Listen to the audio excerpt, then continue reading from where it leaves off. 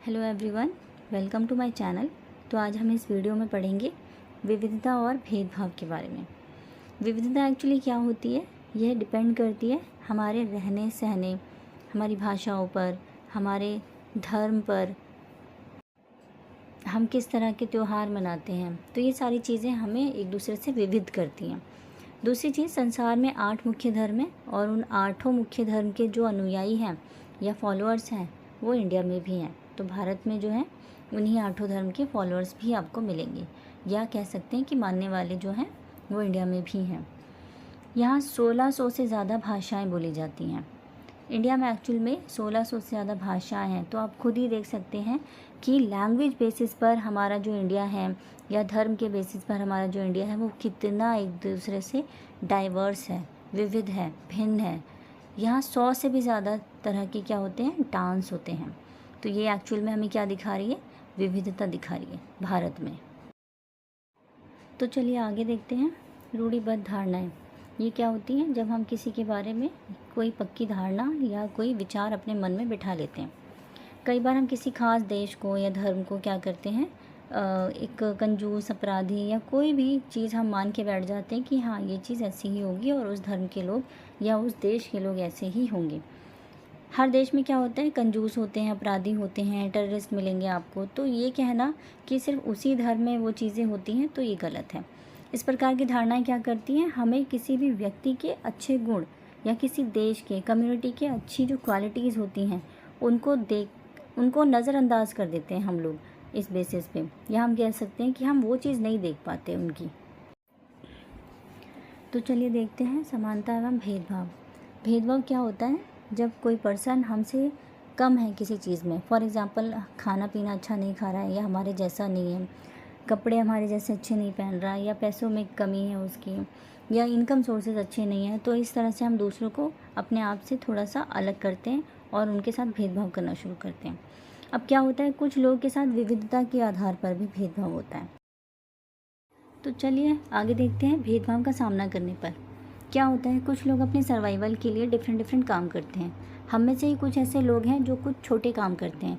वैसे काम कोई छोटा नहीं होता, पर एग्जाम्पल जो इसमें दिखाए हुए हैं, जैसे कूड़ा उठाना, बर्तन धोना, किसी के घरों में जाके सफाइयाँ करना, तो ये क्या होता है, ये समाज में इन सब चीज़ों का महत्व कम है। इसलिए जो लोग इन कामों को करते हैं तो उनको हम लोग क्या करते हैं, अपवित्र या गंदा बोल देते हैं कि ये इस तरह के काम कर रहे हैं तो ये लोग गंदे लोग हैं। तो ये हमारी इंडिया में क्या है, जाति व्यवस्था का एक बड़ा ही महत्वपूर्ण वैल्यू है, या कह सकते हैं पहलू है। जाति व्यवस्था में लोगों के समूह को एक तरह की सीढ़ी के रूप में देखा जाता है। सीढ़ी का मतलब है कि आप क्या करेंगे, कुछ लोगों को ऊपर और कुछ लोगों को नीचे रखेंगे। तो जो लोग इस सीढ़ी में सबसे ऊपर रखे गए हैं उन्हें हम ऊंची जाति बोलते हैं, और जो लोग इसमें नीचे हैं उनको हम नीची जाति बोलते हैं। जिन समूह को सीढ़ी की तली में रखा जाता है उनको अछूत भी बोला जाता है, या हम ये कह सकते हैं अयोग्य घोषित कर दिया जाता है कि आप तो किसी लायक ही नहीं हैं, आप इस समाज में रहने के लायक नहीं हैं। तो ये एक्चुअल में क्या है, भेदभाव का सामना इस तरह से लोग हमारी इंडिया में कर रहे हैं।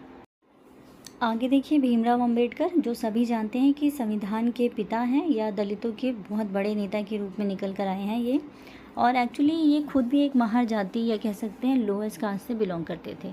तो इन्होंने क्या किया, ये अपनी जाति के पहले व्यक्ति थे जिन्होंने पढ़ाई पूरी की और इंग्लैंड में जाकर जो है वकील बनने के लिए प्रैक्टिस की। इसके बाद इन्होंने दलितों के लिए, जो एक नीची जाति होती है, उनके लिए बहुत सी लड़ाइयाँ की और मूवमेंट किए, और सरकारी नौकरी में दलितों का प्रवेश ओपन करवा दिया, मंदिरों में इनका प्रवेश ओपन करवा दिया, और कई तरह के ऐसे प्रयास किए जिससे ये जो लोअर कास्ट है वो कहीं ना कहीं अपलिफ्ट हो जाए, आगे बढ़ाया जाए इसको। तो इन्होंने दलितों के लिए बहुत ही ज़्यादा इम्पोर्टेंट काम किए हैं। आगे जाके भीमराव अंबेडकर ने क्या किया, अपना धर्म परिवर्तन कर लिया। भीमराव अंबेडकर ने जो है बौद्ध धर्म को अपना लिया था बाद में। तो ये जो है हम कह सकते हैं भीमराव अंबेडकर जी ने किस तरह से दलितों को आगे लाए हैं और उनका विकास किया है। तो इसका जो सारा क्रेडिट है वो हम अंबेडकर को ही दे सकते हैं कि एक छोटी सी जाति को उठाकर उन्होंने कहीं ना कहीं एक सफलता की सीढ़ी पर पहुंचाया है। आज भी स्ट्रगल तो देखिए हर जगह है ही, इन लोगों को भी अभी भी स्ट्रगल करनी पड़ रही है, बट भीमराव अंबेडकर का बहुत इम्पॉर्टेंट रोल रहा है इन लोगों को आगे लाने में। अब अगर हम बात करें ब्रिटिश शासन से आज़ादी पाने के लिए जो संघर्ष किया गया था, उसमें हम कह सकते हैं कि दलितों, औरतों, जनजातियाँ जो हैं हमारी, उन सब ने अपने जीवन में गैर बराबरी यानी कि इनइक्वालिटी देखी थी, तो उसके खिलाफ इन सब ने लड़ाई लड़ी है। जब 1947 में हमारा भारत देश आज़ाद हो गया तो एक राष्ट्र बना और इस राष्ट्र के जितने भी नेता थे उन सब ने समाज में एक व्याप्त कई तरह की जो असमानताएं थीं, बुराइयां थीं, उन सबको कंट्रोल करने की कोशिश की। इसके बाद जो अस्पृश्यता होती है या अनटचेबिलिटी आप बोल सकते हो, इसे गैर कानूनी घोषित कर दिया और उससे पूरी तरह से ख़त्म करने का निर्णय लिया गया। सभी के लिए बराबरी से नौकरियां खोली गई और इन सब की जो जिम्मेदारी है वो सरकार पर डाली गई कि विशेष रूप से आपको जो है ये जो पिछड़े हुए समुदाय हैं, जातियां हैं, इन सबको समानता के अधिकार के फ़ायदे दिलवाने का जो काम है वो हमारी सरकार करेगी। हालांकि असमानता आज भी हमारे समाज में मौजूद है, इसे हम पूरी तरह ख़त्म नहीं कर पाए हैं। समानता वह मूल्य है जिसके लिए हम निरंतर संघर्ष करते रहना होगा हमें। एक्चुअली इनइक्वालिटी जो है वो हमें कहीं ना कहीं देखने को मिल ही जाती है। इक्वालिटी के लिए अभी हमें और काफ़ी सारा स्ट्रगल करना पड़ेगा। भारतीयों के लिए समानता का मूल वास्तविक जीवन का एक हिस्सा बने हुए जो ये चीज़ें हैं वो अभी भी प्रेजेंट हैं।